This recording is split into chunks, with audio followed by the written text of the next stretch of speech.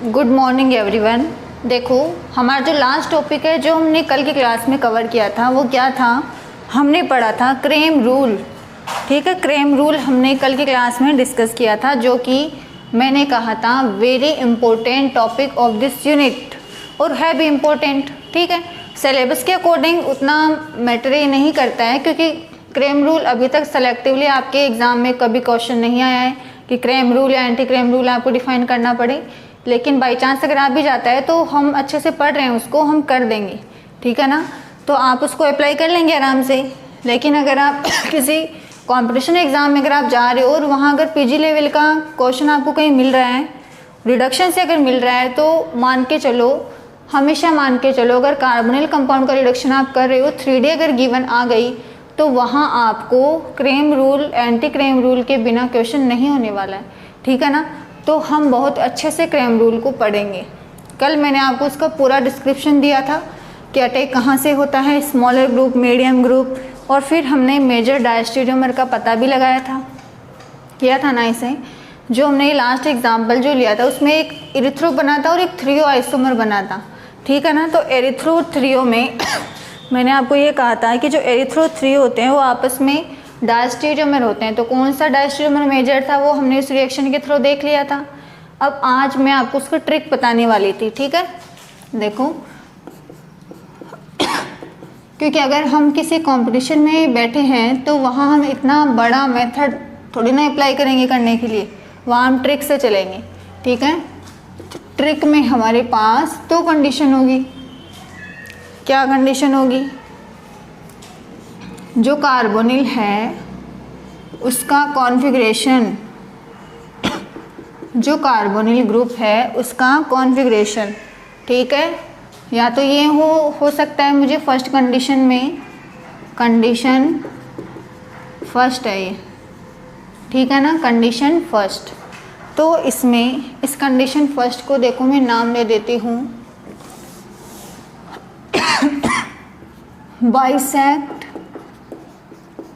Bisect form. दो form है, एक है बाइसेक्ट और कंडीशन सेकंड में ले लेती हूँ इक्लिप्स। बाइसेक्ट फॉर्म और इक्लिप्स फॉर्म, ये मैंने दो कंडीशन यहाँ पर ली है। ठीक है, अब देखो बाइसेक्ट इक्लिप्स का यहाँ क्या मतलब है वो देखो। सबसे पहले कार्बोनिल बनाते हैं, जैसे ये मैंने कोई कार्बोनिल बनाया है। एक्लिप्स का मतलब प्लेन सेम होता है, ये चीज़ तो पढ़ा है हमने। एक्लिप्स का मतलब प्लेन सेम है। अगर इस तरह का स्टीरियो आपको कोई गिवन है, मतलब ये दोनों सेम प्लेन में आ गए ना, मतलब ये एक्लिप्स है। अगर इस तरह का कहीं गिवन है और यहाँ आपको स्टीरियो गिवन है, मतलब ये स्टेगर्ड है। ऐसे करके बनाते हो, सोचते हो, इमेजिन करते हो। ठीक है ना, तो यहाँ भी हम ऐसा ही कुछ अप्लाई करने वाले हैं। हमें देखना है कि जो लार्जर ग्रुप और ऑक्सीजन है कार्बोनिल वाला जो ऑक्सीजन और लार्जर ग्रुप है, वो अगर डिफरेंट साइड है ना, एक नीचे है एक ऊपर है, तो वो फॉर्म होती है बाइसेक्ट। ठीक है, ऐसे ही अगर मैं ये कह दूँ कि जो कार्बोनिल का ऑक्सीजन और जो लार्जर ग्रुप है, अगर वो दोनों सेम साइड में है, अगर सेम साइड में है तो वो क्या हो जाएगा, इक्लिप्स। ये चीज़ सबसे पहले हमें समझ में आनी चाहिए कि इक्लिप्स का क्या मतलब है, स्टेगर्ड का, इक्लिप्स और बाइसेक्ट का क्या मतलब है। तो ये या तो ऐसे दिया हुआ हो सकता है या ऐसे दिया हुआ हो सकता है ना, कि इधर तो कार्बोनिल हो और इधर लार्जर ग्रुप हो। ऐसे भी तो दिया हुआ हो सकता है ना, अभी भी तो ये वही है, बाइसेक्ट, दोनों डिफरेंट साइड में है। ऐसे ही ये भी तो ऐसे दिया हुआ हो सकता है ना, कि यहाँ हो लार्जर ग्रुप, ठीक है ना, यहाँ लार्जर ग्रुप हो और यहाँ कार्बोनिल का ऑक्सीजन हो, सेम साइड है ना, तो ये भी इक्लिप्स है, ये भी इक्लिप्स है। ऐसे ही ये बाइसेक्ट है और ये भी बाइसेक्ट है। तो सबसे पहले हमें इक्लिप्स और बाइसेक्ट पहचानना आना चाहिए, समझ रहे हो ना। सबसे पहले हमें इक्लिप्स और बाइसेक्ट पहचानना आना चाहिए। ठीक है, ये हमें बाइसेक्ट मिल गया जिसमें जो लार्जर ग्रुप है और जो ऑक्सीजन है कार्बोनिल का वो डिफरेंट साइड में है। इक्लिप्स में कार्बोनिल का ऑक्सीजन और लार्जर ग्रुप सेम साइड में होगा। इतना आपको समझ में आ गया होगा अच्छे से, ठीक है। अब इसको मैं मिटा रही हूँ। ये हमारे लिए कंडीशन फर्स्ट, मतलब फर्स्ट पॉइंट मान लो ट्रिक का, ठीक है। सेकंड पॉइंट ये कहता है कि बाइसेक्ट में मैंने ये कहा कि जो कार्बोनिल का ऑक्सीजन और जो लिविंग ग्रुप है वो डिफरेंट साइड रहेंगे, लेकिन जो लार्जर ग्रुप मैंने बनाया था वो प्लेन में था, वेज या डैश पर नहीं था, प्लेन में था, ठीक है ना। तो चाहे इक्लिप्स हो या बाइसेक्ट हो, जो लिविंग ग्रुप है वो हमेशा प्लेन में लेकर आना है। अगर प्लेन में गिवन नहीं है तो हम इवन चेंज करते हुए उसे प्लेन में लेके आएंगे, तभी पता चलेगा कि बाइसेक्ट है या इक्लिप्स है, ठीक है। तो हम ये कहेंगे नेक्स्ट जो पॉइंट है वो क्या है कि जब हमारे पास जो लार्जर ग्रुप है वही लार्जर ग्रुप, ठीक है, जब हमारा लार्जर ग्रुप है वो प्लेन में ना हो, doesn't lies on the plane, दोनों के लिए कॉमन है ये वाला लाइन कि अगर हमारा जो लार्जर ग्रुप है वो प्लेन में ना हो तो हम क्या करेंगे, apply even change, even change कर देंगे और उस लार्जर ग्रुप को प्लेन में ले आएंगे, ठीक है ना। तो अगर हमारे पास ऐसी कंडीशन आ जाएगी, अगर हमारे पास ऐसी कंडीशन आ जाएगी जहां लार्जर ग्रुप हमें पहले से प्लेन में दिया हुआ नहीं है, उसे हमें प्लेन में लाना पड़ रहा है, तो उसे हम कहेंगे यूजफुल बाइसेक्ट। देखो क्या मतलब है, देखो क्या मतलब है। सबसे पहले बाइसेक्ट लेते हैं। मेरे पास ये कोई कंपाउंड था, ये मेरे पास कोई कंपाउंड था, ठीक है। तो देखो मैंने क्या देखा कि ये प्लेन और ये CO दोनों क्या है, सेम साइड है, सेम साइड है। यहाँ मैथिल और यहाँ बाइसेक्ट बोला था ना। ये मैंने क्या देखा कि जो CO और ये जो बॉन्ड है वो दोनों डिफरेंट साइड आ रहे हैं ना, तभी तो ये क्या कहलाएगा, बाइसेक्ट कहलाएगा ना, कि जो लार्जर ग्रुप है और जो CO है उनका डिफरेंट साइड में होने चाहिए, तो दोनों डिफरेंट साइड है। लेकिन यहाँ लार्जर ग्रुप नहीं है, ये तो मीडियम है, स्मॉलर H है, ये लार्जर है और ये मीडियम है, मुझे इसे यहाँ लेके आना है। तो ये जो फॉर्म है ये तो बाइसेक्ट है, ये तो बाइसेक्ट है, क्योंकि CO और प्लेन वाला जो ग्रुप है वो डिफरेंट साइड में है, इसलिए ये बाइसेक्ट है। लेकिन ये यूजफुल बाइसेक्ट नहीं है। यूजफुल बाइसेक्ट के लिए हमें यहाँ लार्जर ग्रुप को लाना पड़ेगा, ठीक है ना। तो मैं यहाँ करूँगी इवन चेंज। मतलब मुझे अगर रिएक्शन करवानी है ना तो मुझे उसके लिए बाइसेक्ट फॉर्म ऐसे चाहिए जिसमें प्लेन में लार्जर ग्रुप हो, तो यहाँ नहीं है ना, इसलिए ये मेरे लिए यूज़फुल नहीं है। तो यूज़फुल मुझे इसे बनाना पड़ेगा। कैसे, इवन चेंज करके। कैसे, देखो सबसे पहले पीएच को यहाँ लेके आऊँगी, क्योंकि मुझे पीएच को प्लेन में लाना है ना। तो सबसे पहले मैं पीएच को यहाँ लेके आऊँगी। पीएच यहाँ आ जाएगा तो मैथिल कहाँ चला जाएगा, जहाँ पीएच था, मतलब मैथिल यहाँ चला जाएगा। H चेंज हो गया। दूसरा चेंज इन दोनों को करेंगे, H यहाँ और मैथिल यहाँ, हो गया ना इवन चेंज, ठीक है। अब मेरे पास लार्जर ग्रुप और कार्बोनिल का ऑक्सीजन दोनों डिफरेंट साइड है और दोनों प्लेन में है, इसलिए मैं इस फॉर्म को कहूँगी यूजफुल बाइसेक्ट। समझ रहे हो ना। जो बाइसेक्ट फॉर्म मुझे गिवन थी, बाइसेक्ट कैसे थी, क्योंकि CO और ये वाला जो प्लेन वाला जो कार्बन था, प्लेन वाला जो ग्रुप था, दोनों एक दूसरे के ऑपोजिट साइड में थे, तो इसलिए मैंने इसको बाइसेक्ट कहा। लेकिन ये बाइसेक्ट मेरे लिए तब तक यूज़फुल नहीं है जब तक यहाँ प्लेन में लार्जर ग्रुप नहीं आ जाता, ठीक है ना। तो मैंने क्या किया, इवन चेंज अप्लाई किया और लार्जर ग्रुप को हम यहाँ लेके आए। अब ये बाइसेक्ट हमारे लिए यूज़फुल बाइसेक्ट है क्योंकि यहाँ प्लेन में लार्जर ग्रुप आ चुका है। समझ रहे हो ना। बाइसेक्ट से यूज़फुल बाइसेक्ट कैसे बनाएंगे, ऐसे ही एक्लिप्स का देखो, ऐसे ही एक्लिप्स का भी देखो। ये है, सेम वैसा ही है CU, और ये प्लेन वाला जो ग्रुप है वो सेम साइड है तो इक्लिप्स है, यहाँ डिफरेंट साइड था तो बाइसेक्ट था। ठीक है, अब यहाँ सेम साइड है मतलब ये इक्लिप्स है। समझ रहे हो ना इक्लिप्स क्यों है, क्योंकि CO और ये वाला जो कार्बन है, ये वाला जो ग्रुप है वो सेम साइड में है इसलिए इक्लिप्स है, यहाँ डिफरेंट साइड में थे इसलिए बाइसेक्ट था। अब देखो ये इक्लिप्स तो है लेकिन मेरे किसी काम की नहीं है, क्योंकि वहीं इक्लिप्स के लिए ये ट्रिक काम आएगी जिसमें यहाँ लार्जर ग्रुप होगा। ठीक है ना, तो मैं इवन चेंज करके यहाँ भी लार्जर ग्रुप को ले आऊँगी। ले आते हैं, देखो इवन चेंज कर दो,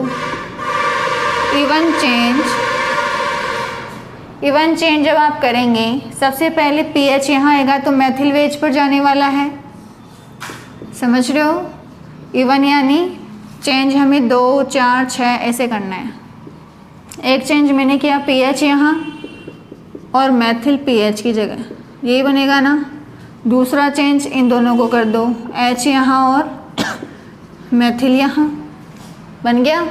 अब हमारे पास जो कन्फर्मेशन आया है उसमें लार्जर ग्रुप और कार्बोनिल का ऑक्सीजन सेम साइड है इसलिए वो इक्लिप्स है, और इक्लिप्स से मैंने यूज़फुल इक्लिप्स में उसको कन्वर्ट किया है क्योंकि पहले लार्जर ग्रुप प्लेन में नहीं था। ठीक है ना, अब ये इक्लिप्स मेरे लिए यूज़फुल है इसलिए मैं इसको नाम दे दूँगी यूज़फुल इक्लिप्स। सबसे पहले हमें यही चीज़ आनी ज़रूरी है, सबसे पहले हमें यही चीज़ आनी ज़रूरी है, ये पहचानना कि कौन सा बाइसेक्ट फॉर्म है, कौन सा इक्लिप्स फॉर्म है। ये पता चलने के बाद हमें ये देखना है कि वो हमारे लिए यूज़फुल भी है या नहीं, मतलब जो लार्जर ग्रुप है वो प्लेन में है या नहीं। नहीं है तो हम पहले उसे प्लेन में लेके आएंगे, फिर जो मैं ट्रिक बता रही हूँ वो आप अप्लाई करोगे। ठीक है ना, अब यहाँ तक काम करने के बाद जो नेक्स्ट पॉइंट है बस वो इम्पोर्टेंट है कि जब हमारे पास बाइसेक्ट फॉर्म गिवन हो, बाइसेक्ट या तो उसमें डायरेक्ट जो लार्जर ग्रुप है वो हमें प्लेन में दिया हुआ रहेगा या हम उसे यूज़फुल बाइसेक्ट में कन्वर्ट कर लेंगे। ठीक है ना, तो जो आने वाला न्यूक्लियोफाइल है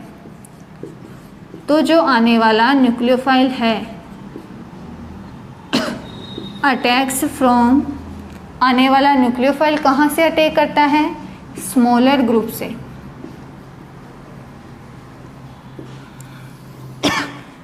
जब हमारे पास बाइसेक्ट फॉर्म गिवन हो तो न्यूक्लियोफाइल उस तरफ से अटैक करता है जहाँ स्मॉलर ग्रुप हो। ठीक है ना, जब मैं रिएक्शन करवाऊंगी कार्बोनिल पर तो आने वाला ग्रुप वहाँ से आएगा जहाँ स्मॉलर ग्रुप हो। स्मॉलर ग्रुप तो अपने H है तो H वेज पर है तो आने वाला ग्रुप वेज पर आएगा।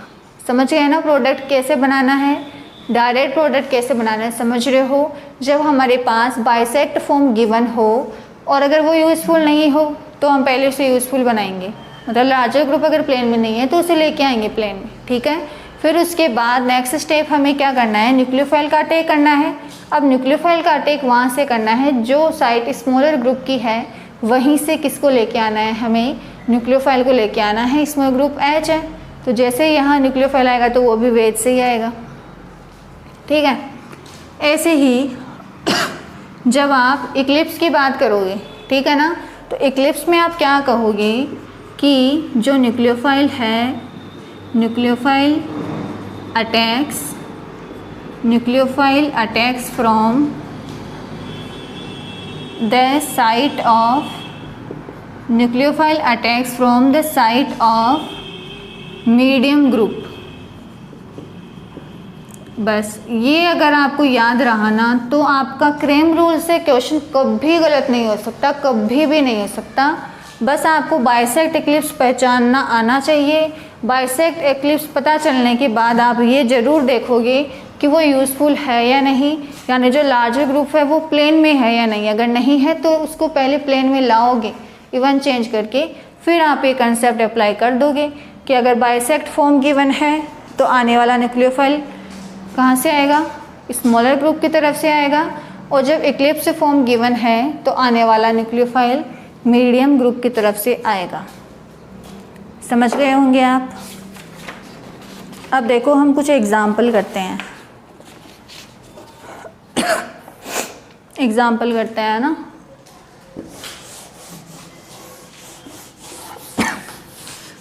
एग्जाम्पल से बहुत ही अच्छे से ये चीज़ आपको क्लियर हो जाएगी। अभी देखना, एग्ज़ाम्पल लेना है तो मैंने एग्ज़ाम्पल ले लिया।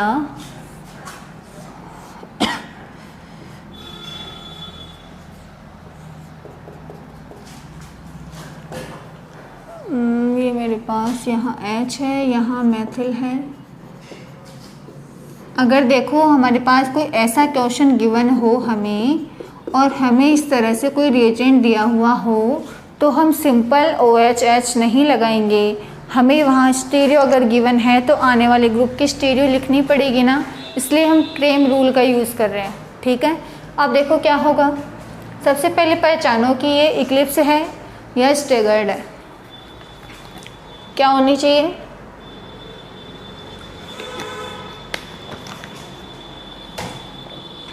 लार्जर ग्रुप अपना प्लेन में ही है, गिवन चेंज की ज़रूरत नहीं है।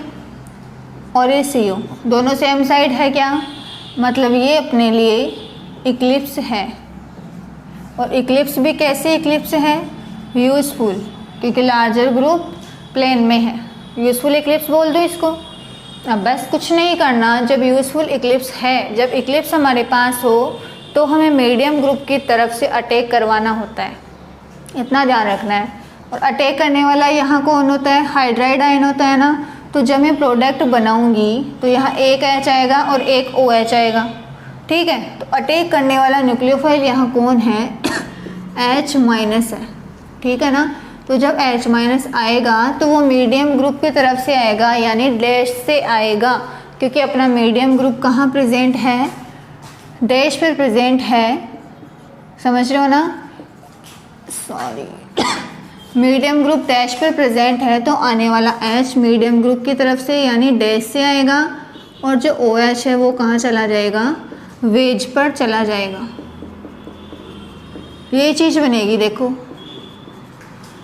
बस ये जो प्रोडक्ट बन गया ये इसका मेजर प्रोडक्ट है। समझ रहे हो, जो प्रोडक्ट बन गया वो इसका मेजर प्रोडक्ट है। अब आप ये पता लगा लो कि जो प्रोडक्ट बना है वो एरिथ्रो बना है या थ्रियो बना है। तो हमें बनाना आता है, कैसे, हम इसका बनाएंगे फिशर। फिशर से ही तो पता चलता है ना थ्रियो है या एरिथ्रो, सेम साइड है या डिफरेंट साइड। ठीक है, हम इसका फिशर बनाते हैं। तो फिशर कैसे बनाएंगे, फिशर हम इसका कैसे ड्रॉ करेंगे। सबसे पहले जो ग्रुप प्लेन में है उनको प्लेन में रख दो। मैंने PH को ऊपर रख लिया है और मैंने मैथिल को नीचे रख लिया है। ठीक है ना, जो ग्रुप प्लेन में है उनको वर्टिकल लाइन पे रख दो। अब बस कैविटी को देखते जाओ, जिधर कैविटी उधर वेज वाले ग्रुप को भेज दो। मतलब अगर मैं इसे ऐसे बनाऊं, क्योंकि देखो PH मेरा कहाँ है, ऊपर है ना, तो मैं इसको ऐसे बनाऊंगी PH और ये मैथिल, क्योंकि मेरा PH ऊपर है फिशर में। ठीक है ना, H और यहाँ है मैथिल, ऐसे ही यहाँ है H और यहाँ है OH। ये चीज़ है अपने पास। ठीक है, अब बस बना दो इसका फिशर। कितना आराम से बना देंगे आप कि यहाँ लेफ़्ट में कैविटी है तो वेज वाला पोर्शन यानी कि H लेफ़्ट में आएगा। समझ रहे हो ना, ऐसे ही बनाते हैं, ऐसे ही बताया था आपको। तो डैश वाला राइट में, ऐसे इसका कैविटी राइट में आ रहा है तो वेज वाला पार्ट जो भी है वो राइट में आएगा, यानी कि OH राइट में आएगा और H लेफ़्ट में। वेज डैश से फिशर कैसे बनाना है, मुझे उम्मीद है कि आप लोगों को समझ में आ रहा है। जो ग्रुप प्लेन में है उसे हम वर्टिकल लाइन पे लिख देते हैं। तो वर्टिकल लाइन पे मैंने लिख दिया। आप मैथिल को ऊपर भी लिख सकते थे, कोई प्रॉब्लम नहीं है, लेकिन अगर लिख रहे हो ना तो फिर उसको ऐसे ही एज्यूम भी करना पड़ेगा। ठीक है ना, तो मैंने PH को ऊपर लिया है ना, तो मैं मॉलिक्यूल को ऐसे रखूँगी। अगर मैथिल को ऊपर लेती तो मॉलिक्यूल को ऐसे रखती, फिर उसके बेस पे वेज डैश को रख देते। ठीक है, अब देखो ये कंपाउंड आ गया ना। अब मुझे अगर एरिथ्रो और थ्रियो पता करना है तो आपको ये कहा था ना कि जो डिफरेंट ग्रुप होते हैं उनको हम प्लेन में लेके आते हैं। डिफरेंट ग्रुप क्या है, PH और OH। तो PH तो ऑलरेडी प्लेन में है, मतलब मुझे OH को यहाँ लेके आना है। ले आओ, कैसे लेके आएंगे, इवन चेंज करके। कर दो इवन चेंज। इवन चेंज करो और इस डिफरेंट ग्रुप को वर्टिकल लाइन पर लेकर आओ। कैसे लेके आओगे? देखो, सबसे पहले ऊपर वाले में तो कोई चेंज करना ही नहीं है क्योंकि वहाँ तो ऑलरेडी डिफरेंट ग्रुप प्लेन में है यानी वर्टिकल लाइन पर है। यहाँ इवन चेंज की ज़रूरत है, मतलब OH को मुझे यहाँ लेके आना है। OH अगर यहाँ आएगा तो मैथिल यहाँ जाएगा, ठीक है ना। एक चेंज हो गया। दूसरा चेंज क्या होगा कि मैथिल यहाँ और H यहाँ बन गया। बस ये हमारे लिए प्रोडक्ट है जिससे हम एरिथ्रोथ्रियो का पता लगाएंगे। तो पता लगाओ क्या होना चाहिए, ये एरिथ्रो होना चाहिए या थ्रियो होना चाहिए। एरिथ्रो होता है जिसमें सेम ग्रुप सेम साइड हो, थ्रियो होता है जिसमें सेम ग्रुप डिफरेंट साइड हो। तो यहाँ दोनों मैथिल और दोनों डिफरेंट साइड है ना, मतलब ये एरिथ्रो नहीं है, ये है थ्रियो। तो इस एग्जाम्पल में जो प्रोडक्ट बनेगा वो क्या बनेगा? थ्रियो बनेगा, मेजर प्रोडक्ट, ठीक है ना। इस तरह से नेट में कभी कभी क्वेश्चन आ जाता है कि कौन सा आइसोमर मेजर बनेगा, थ्रियो बनेगा या एरिथ्रो बनेगा, ठीक है ना। तो हमें वैलेश भी बनाना आना चाहिए और हमें फिशर भी बनाना आना चाहिए। समझ गए होंगे आप, ठीक है ना, क्योंकि फिशर बनेगा तभी आप एरिथ्रोथ्रियो का पता लगा पाएंगे। अब नेक्स्ट एग्जाम्पल देखते हैं। ये हमारा फर्स्ट एग्जाम्पल कंप्लीट है, ठीक है। सेकंड एग्जाम्पल, इसको तो मिटा देते हैं। इधर बाइसेक्ट स्मॉलर से अटैक करता है और जो इक्लिप्स है वो मीडियम से करता है, बस इतना ध्यान रखना है। सेकंड एग्जाम्पल देखते हैं हम।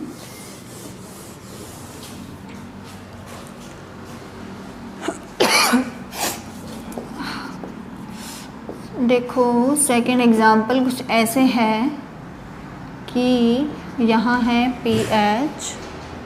पीएच नहीं लेती हुआ ना, इवन चेंज का कंसेप्ट बता दूँगी। यहाँ मैंने ले लिया मैथिल, ठीक है। यहाँ मैथिल ले लेंगे और फिर हम ले लेते हैं, अगर यहाँ मैथिल है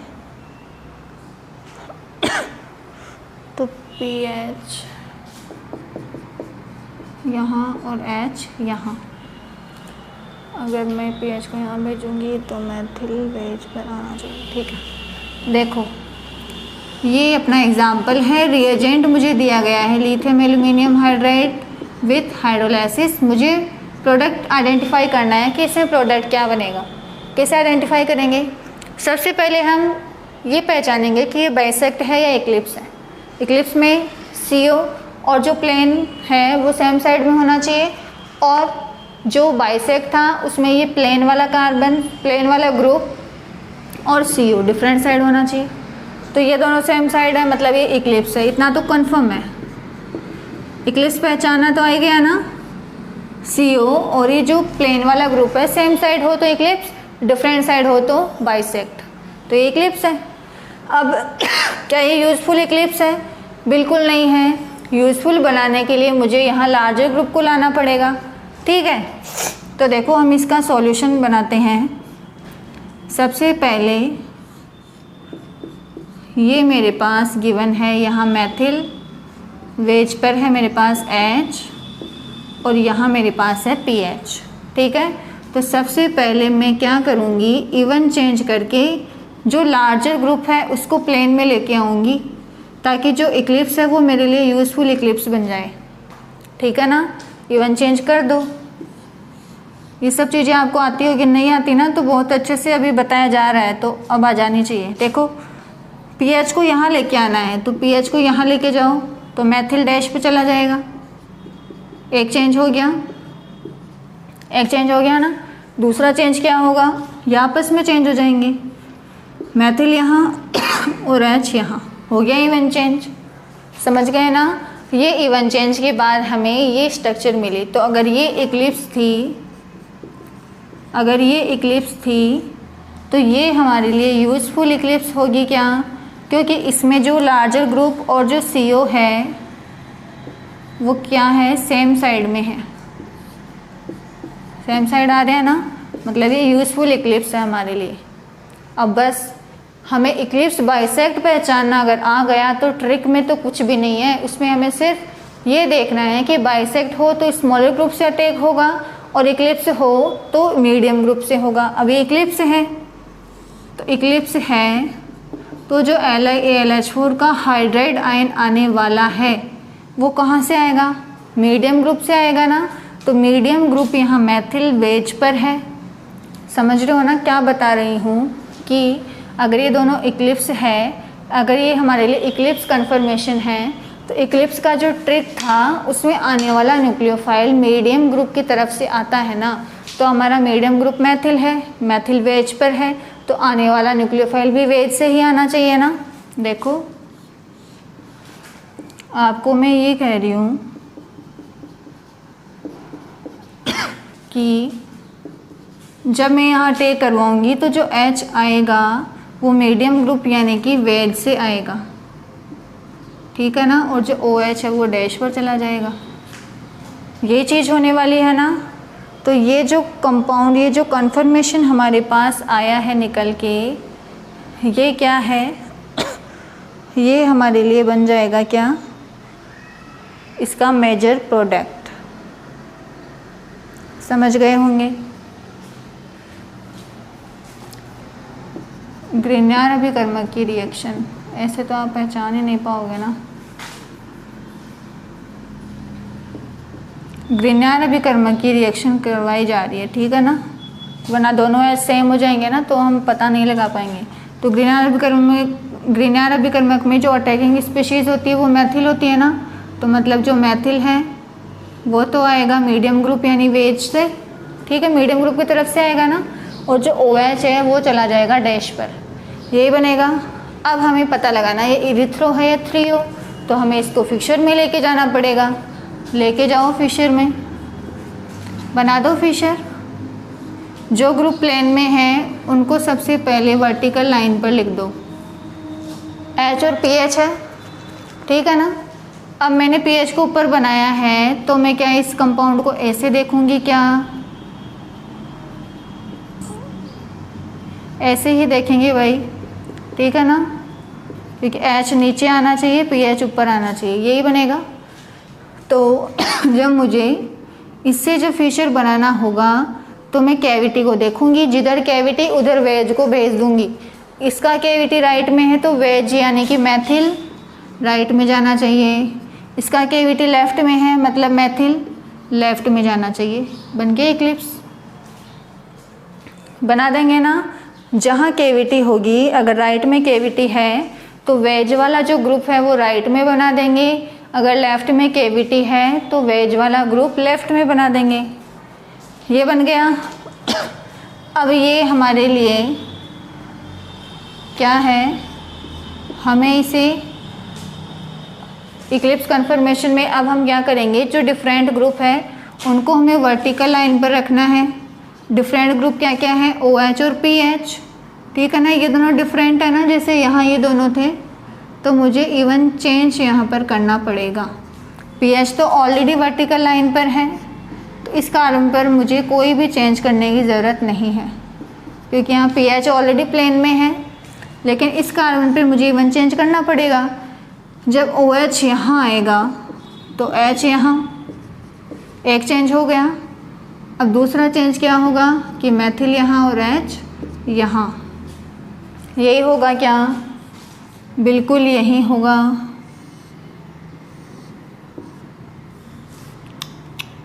यही बनेगा ना। इवन चेंज मैंने यहाँ पर किया है। तो इवन चेंज करने के बाद जो हमारे पास फिशर आया है वो थ्रियो है या इरिथ्रो।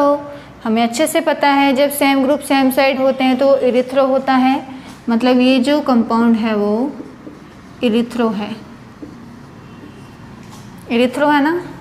तो बस अगर हमें एग्ज़ाम में इरिथ्रो थ्रियो करके पूछेगा तो भी हम बता देंगे, और अगर हमें ऑप्शन में 4 प्रोडक्ट दिए हुए रहेंगे तो हम प्रोडक्ट भी आराम से वहाँ पर बता देंगे, ठीक है ना। तो ये क्रेम रूल था। क्रेम रूल का यूज़ था कि हमें किस तरह से क्रेम रूल को अप्लाई करना है। इसके लिए हमें सिर्फ बाइसेक्ट फॉर्म और इक्लिप्स फॉर्म को पहचानना है। अगर हमने बाइसेक्ट और इक्लिप्स को पहचान लिया तो हमारे लिए क्रेम रूल बिल्कुल भी टफ नहीं है, कभी यहाँ से गलती आप नहीं करोगे। समझ रहे हो ना? देख लो इसको।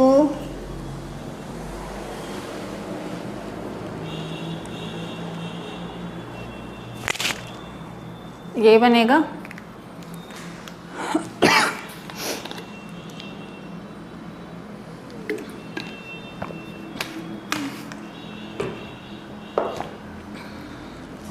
अब देखो नेक्स्ट एक और एग्जाम्पल ले लेते हैं ना, अच्छा सा एग्जाम्पल है।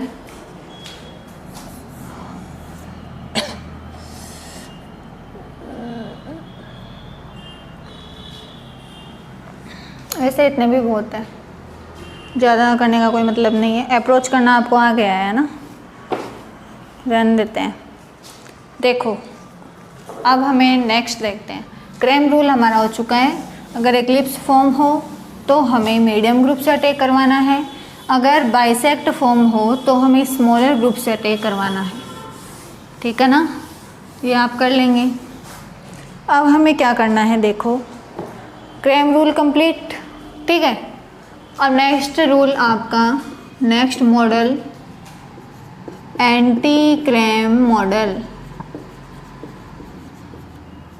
Anti Cram model, anti Cram model क्या है? एंटी क्रेम इनका यूज़ हम मेजर डायस्टेरियोमर को आइडेंटिफाई करने के लिए ही करते हैं। तो क्रेम रूल से मेजर डायस्टेरियोमर हमने पता लगा लिया, ठीक है। एंटी क्रेम से भी हम वही चीज़ करने वाले हैं। तो देखो इसके लिए सबसे पहले कंडीशन है 2।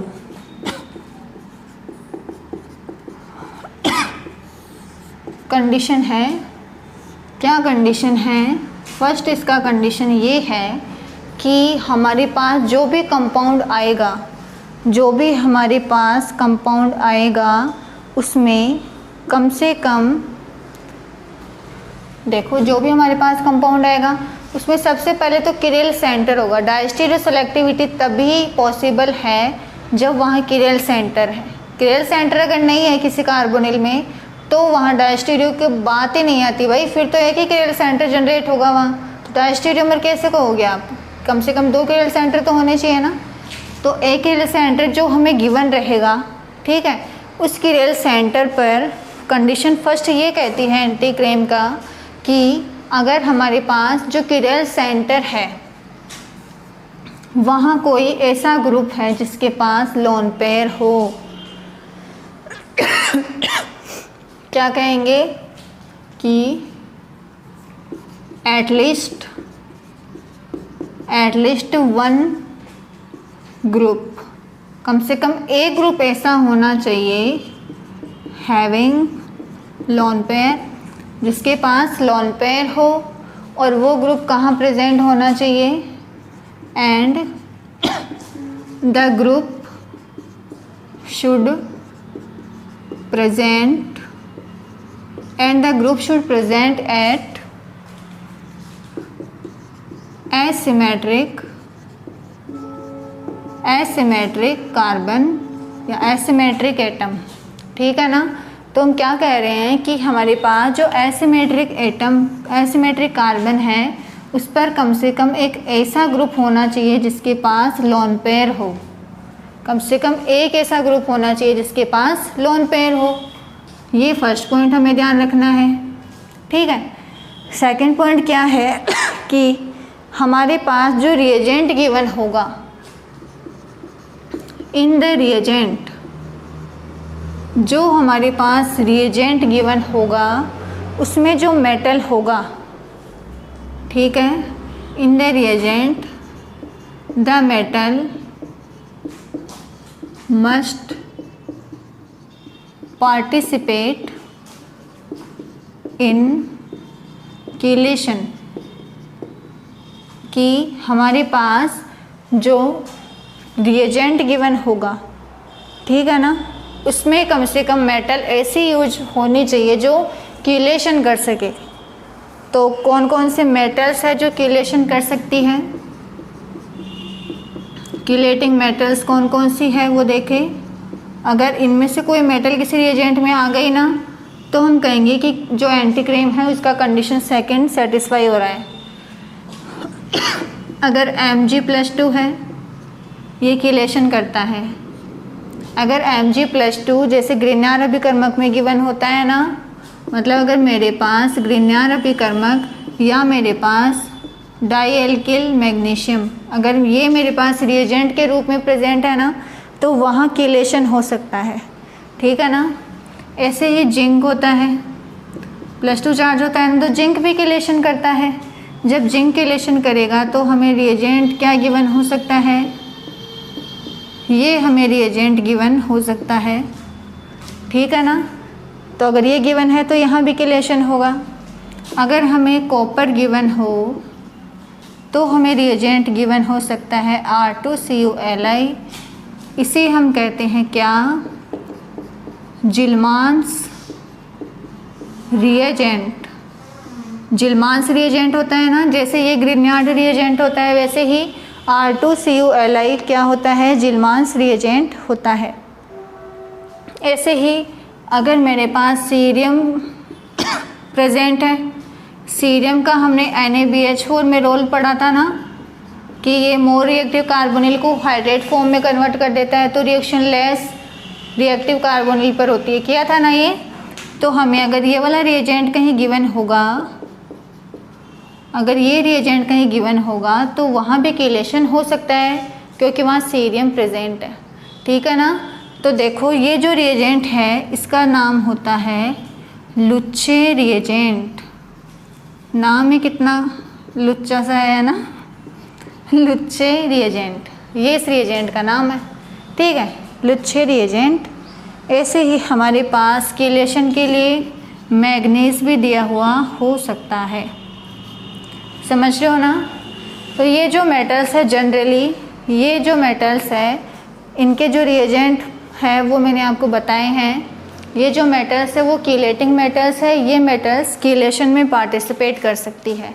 तो ऐसे नहीं कि दोनों में से एक कंडीशन फॉलो हो गई तो एंटीग्रेम लगा देंगे, बिल्कुल नहीं, दोनों कंडीशन फॉलो होनी चाहिए। मतलब कीलेटिंग मेटल भी होना चाहिए और एसिमेट्रिक कार्बन पर एक ग्रुप ऐसा भी होना चाहिए जिसके पास क्या हो, लोन पेयर हो, समझ रहे हो ना, तभी वहाँ पर एंटीग्रेम फॉलो होगा। अब ये तो इसका कंसेप्ट है, अब इसकी ट्रिक देखते हैं। ट्रिक क्या है, इसको मिटा देते हैं। अब इसका ट्रिक देख लेते हैं। कंडीशन हमें पता चल गई कि हमें एसिमेट्रिक कार्बन पर ऐसा ग्रुप ढूंढना है जिसके पास लोन पेयर हो, और फिर हमें क्या करना है, फिर हमें चेक करना है कि जो रिएजेंट है उसमें कोई कीलेटिंग मेटल है या नहीं है, ठीक है। अब इसका ट्रिक देखो। ट्रिक क्या कहता है कि हमारे पास ये कोई ग्रुप है, इसमें कोई इक्लिप्स नहीं होगा, इसमें कोई कोई इक्लिप्स, कोई बाइसेक्ट नहीं होगा, इसमें कोई मीडियम, कोई लार्जर, कुछ भी हो, हमें कोई भी मतलब नहीं है। हमें हमेशा जो प्लेन वाला बॉन्ड है, हमेशा प्लेन में हमें उस ग्रुप को लेके आना है जिसके पास लोन पेयर हो। हमेशा हमें, तो टेडी बन गया है ना, अच्छा सा बनाते हैं, देखो, ठीक है। तो क्या कह रहे हैं कि हमें जब रिएक्शन करवाना है, ठीक है, तो जैसे अभी जब क्रेम रूल मैंने आपको पढ़ाया तो मैंने आपको ये कहा ना कि हमें लार्जर ग्रुप को प्लेन में रखना है।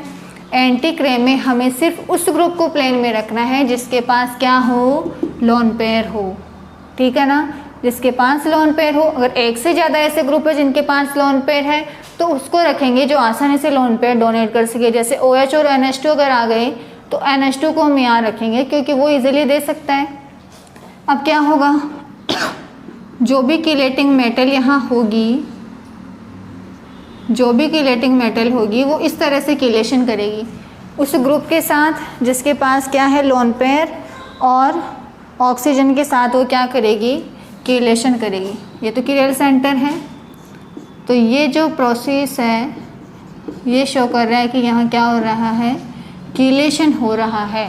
तो इस तरह से कीलेशन होता है एंटीक्रेम में।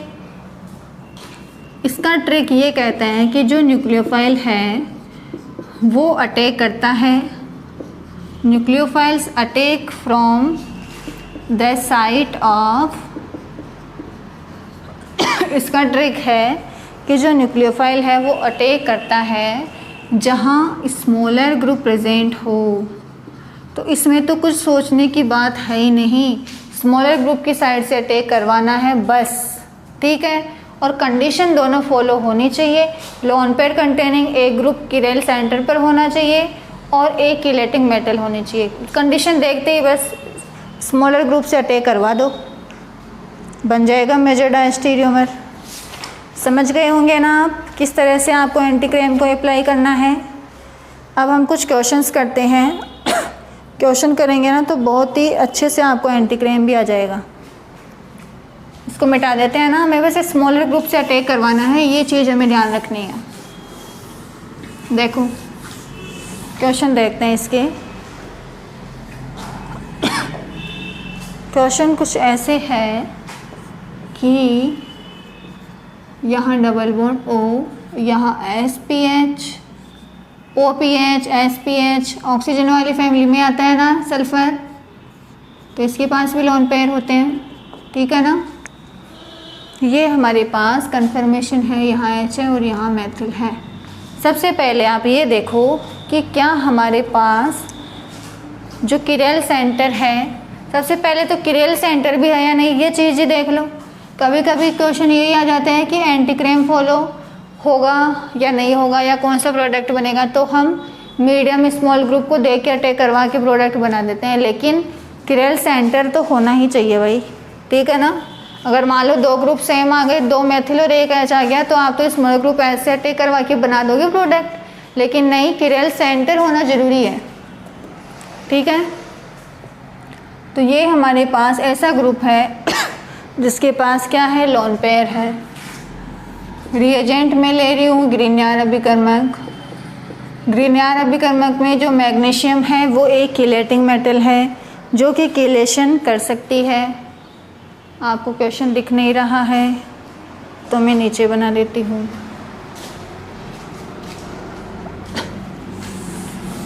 आप बोलते नहीं हो, दिखता नहीं है, बोलने का मौका ही नहीं है, कैसे बोलेंगे। देखो ये हमारे पास कोई कंपाउंड है, यहाँ SPH है, यहाँ H है और यहाँ मेथिल है। यह हमारे पास कोई एग्जाम्पल है। मुझे CH3MgBr ग्रीनियर अभिकर्मक की रिएक्शन करवानी है, ठीक है।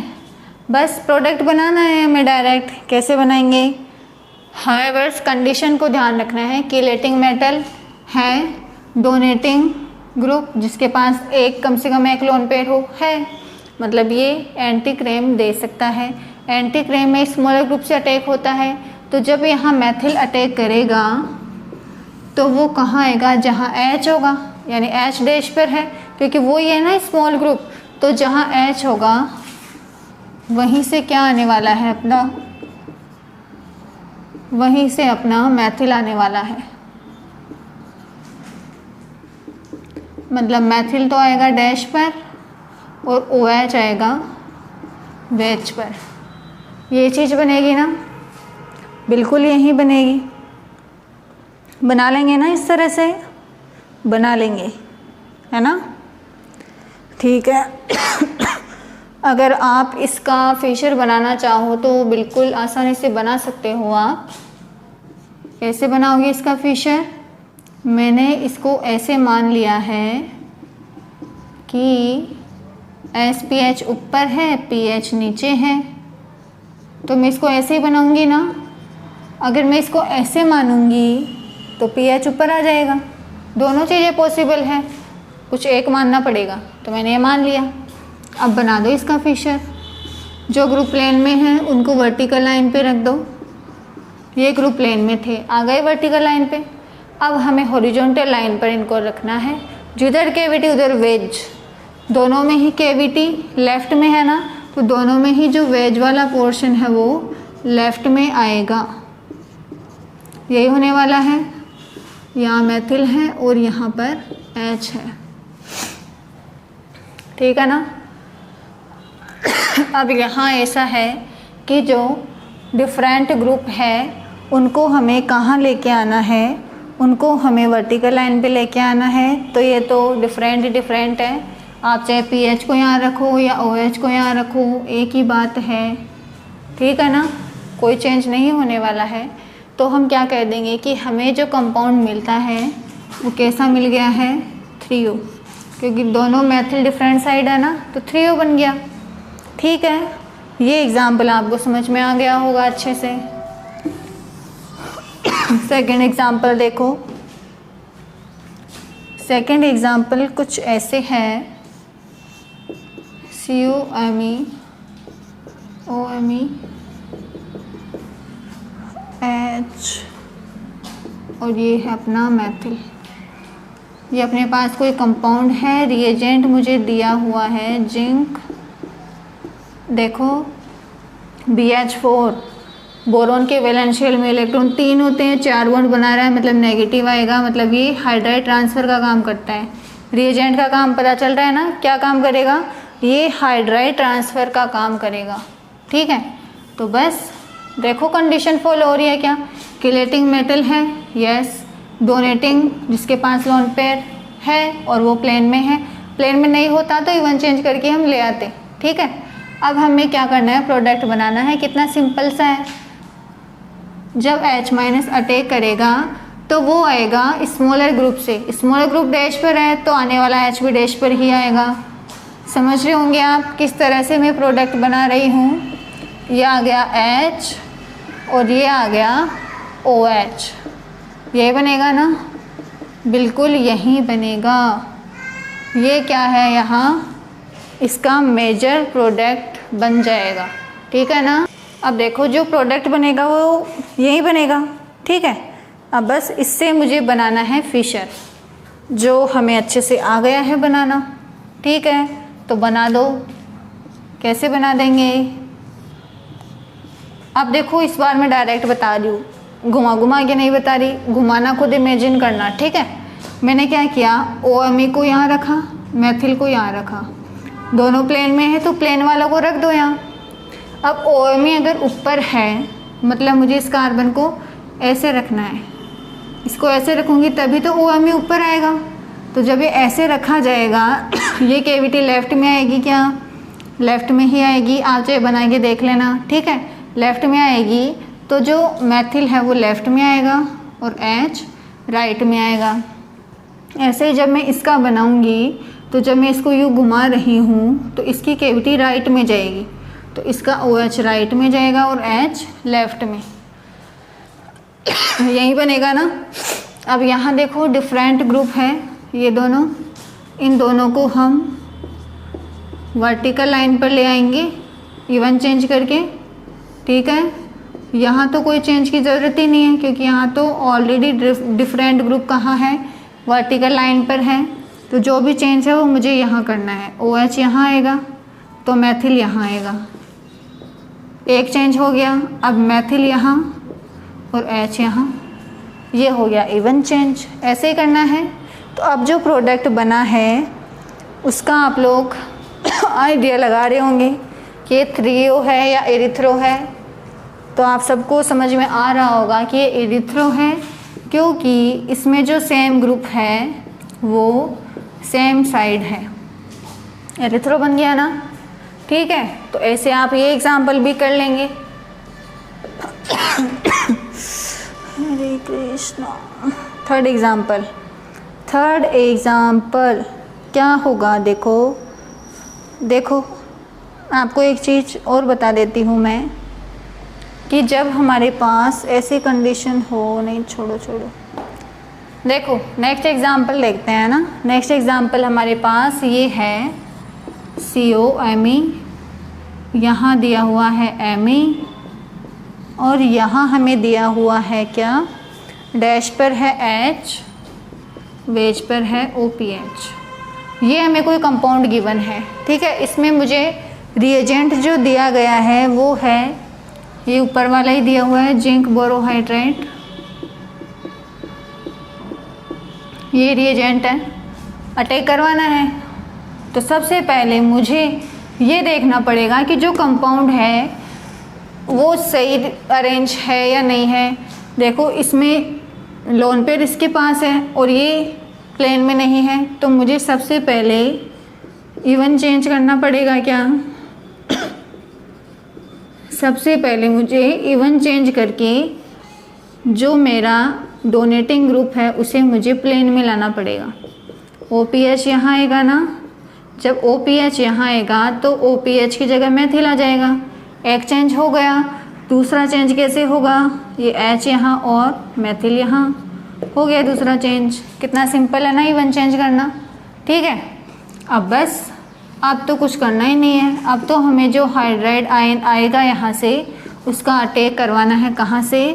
स्मॉलर ग्रुप की तरफ से। स्मॉलर ग्रुप हमारा H है जो कि वेज पर है, तो आने वाला H भी वेज पर ही आएगा क्या? आने वाला H भी वेज पर ही आएगा क्या? बिल्कुल आएगा, क्योंकि स्मॉलर ग्रुप भी वेज पर ही है, किरल सेंटर पर। ये चीज़ आप लोग समझ रहे होंगे अच्छे से, है ना? अगर आपके दिमाग में ये चीज़ आ जाए ना कि एक लोन या जो लोन पेयर है वो रेजोनेंस करेगा पीएच के साथ, तो करवा देना, लेकिन फिर भी एक लोन पेयर बच जाएगा तो वो यहाँ के रिलेशन में पार्टिसिपेट कर लेगा। ठीक है ना? तो ये चीज़ हमारे पास आ जाएगी। अब आप इसका फिशर बना देंगे आराम से। अब तो कोई दिक्कत ही नहीं है ना फिशर बनाने में। जो ग्रुप प्लेन में है उनको सबसे पहले वर्टिकल लाइन पर रखो। अब OPH मैंने ऊपर बनाया है, मतलब मैं मॉलिक्यूल को ऐसे घुमा रही हूँ। इसकी कैविटी राइट में जा रही है क्या? तो इसका जो वेज है वो राइट में जाएगा और इसका जो डैश है वो लेफ्ट में आएगा। ठीक है, अब जब मैंने इसको यूँ घुमाया है, जब मॉलिक्यूल को मैं ऐसे घुमाऊँगी इस तरह से, तो इसकी जो कैविटी है वो लेफ़्ट में आ गई क्या? देखो लेफ़्ट में आ रही है ना इसकी कैविटी, और इसकी राइट में जा रही थी। इसकी जब लेफ़्ट में आएगी तो इसका वेज यानी कि H लेफ़्ट में आएगा, क्योंकि इसकी कैविटी लेफ़्ट में आ रही है। ठीक है, और इसका OH राइट में, यही बनेगा ना। अब देखो आप आराम से जो डिफरेंट ग्रुप हैं उनको वर्टिकल लाइन पे रख के थ्रियो एरिथ्रो का पता लगा सकते हो। इवन चेंज करना पड़ेगा, ये तो ऑलरेडी वर्टिकल पर है, इसे वर्टिकल पर लाना है मुझे, तो इवन चेंज करना पड़ेगा। करवा दो। यहाँ तो कोई भी चेंज करना ही नहीं है। यहाँ देखो OH यहाँ आएगा तो मेथिल यहाँ आएगा, एक चेंज हो गया। दूसरा चेंज करवाओगे तो मेथिल यहाँ आएगा और H यहाँ आएगा। ये हो गया है इवन चेंज। तो हमें जो प्रोडक्ट मिला वो थ्रियो बना या एरिथ्रो। आप लोग होते तो उम्मीद है मुझे बता दे कि ये एरिथ्रो बनेगा। ठीक है ना, क्योंकि सेम ग्रुप सेम साइड है। समझ गए ना? ये बन गया है एरिथ्रो। तो एंटी क्रेम भी आप बहुत ही आसानी से अप्लाई कर सकते हो, कुछ भी टफ नहीं है। क्रेम रूल हो या एंटी क्रेम रूल हो, आप बस इनका जो कंसेप्ट है, इनका जो ट्रिक है, कंसेप्ट आपके MSc के लिए ज़रूरी है तो आप पूरा अच्छे से पढ़ेंगे, और ट्रिक आपके कंपटीशन के लिए ज़रूरी है, तो ट्रिक से आप सारे क्वेश्चन इजीली सॉल्व कर सकते हो। मेजर डायस्टेरियोमर का पता लगा सकते हो। तो यहाँ जो मेजर बना वो एरिथ्रो है, इसमें जो मेजर बना वो भी एरिथ्रो है, ऊपर वाले में जो मेजर बना वो थ्रियो है। समझ रहे हो ना? और कुछ एग्जाम्पल करते हैं। आप इन सब एग्जाम्पल को ना प्रैक्टिस में लेना, रफ में करना इन सबको खुद बना के। अगर ये बन गए ना तो क्रेम एंटी क्रेम तो कोई गलत करवा ही नहीं सकता आपसे। समझ रहे हो ना? प्रैक्टिस नहीं आएगी तो देख के तो ये लगेगा कि कितना इजी है, कितनी आसानी से प्रोडक्ट बन के आ रहे हैं ना, लेकिन जब खुद अप्रोच करोगे तब तक आपको समझ में नहीं आएगा। नेक्स्ट एग्जाम्पल कुछ ऐसे लिया जा रहा है। H लिया जा रहा है यहाँ, यहाँ लिया जा रहा है मेथिल, और यहाँ लिया जा रहा है मेथिल। ये अपने पास क्या है? ये अपने पास है रिएजेंट, सॉरी सबस्ट्रेट। रिएजेंट हमें गिवन है लिथियम एल्यूमिनियम हाइड्राइड। अब सबसे पहले तो आप ये देखो कि क्या यहाँ पर कीलेशन हो सकता है क्या, यहाँ पर कीलेशन हो सकता है क्या, यहाँ कुछ भी नहीं है, ठीक है, यहाँ पर कीलेशन हो सकता है क्या, कंडीशन फॉलो हो रही है या नहीं। सबसे पहले तो ये चेक करो, जो मेटल है वो है लिथियम, समझ रहे हो ना, जो मेटल है वो है लिथियम, और लिथियम कीलेशन नहीं करता। मेटल लिथियम है और लिथियम कीलेशन नहीं करता, मतलब यहाँ एंटी क्रेम तो लगने वाला नहीं है। लिथियम, एल्कली मेटल्स जो होती है ना, एल्कली मेटल्स जो भी होती है वो जनरली कीलेशन नहीं करती, कीलेशन नहीं करती, ठीक है, कीलेशन नहीं करती। तो ना तो यहाँ मेटल कीलेटिंग है, ना ही यहाँ कोई डोनेटिंग ग्रुप है, मतलब यहाँ जो प्रोडक्ट बनेगा वो एंटी क्रेम से नहीं बनेगा। क्वेश्चन देख के अब एग्जाम में तो ये दिया हुआ रहेगा नहीं कि ये एग्जाम्पल एंटी क्रेम से है और ये क्रेम से है, तो आप उसके बेस पे क्वेश्चन करते जाओगे, ऐसा नहीं होगा ना। हमें रिएक्टेंट देख के पहचानना है कि क्रेम लगाना है या एंटी क्रेम। तो यहाँ एंटी क्रेम तो नहीं लगेगा क्योंकि कंडीशन से फॉलो नहीं हो रही। तो यहाँ जब हम प्रोडक्ट बनाएंगे तो क्रेम से बनेगा, क्रेम तो फॉलो होगा ना। क्रेम ये कहता है कि जो लार्जर ग्रुप है और जो प्लेन वाला कार्बन, प्लेन वाला ग्रुप है किरल सेंटर का, उनका हमें प्लेन चेक करना होता है। अगर सेम प्लेन में है तो वो इक्लिप्स कहा जाता है, डिफरेंट प्लेन में है तो वो बाइसेक्ट कहा जाता है। तो यहाँ बल्कि ग्रुप साइक्लोहेक्सेन है क्या, यही है ना लार्जर ग्रुप। तो जो लार्जर ग्रुप है और जो CO है वो दोनों सेम साइड आ रहे हैं क्या, मतलब ये जो कन्फर्मेशन है वो हमारे लिए इक्लिप्स है क्या, इक्लिप्स है ना। ये यहाँ जो प्रोडक्ट बनेगा वो क्रेम से बनेगा, ठीक है ना, क्योंकि एंटी क्रेम का तो रिएजेंट सबस्ट्रेट कुछ भी नहीं है। तो देखो इसका सॉल्यूशन कैसे करेंगे।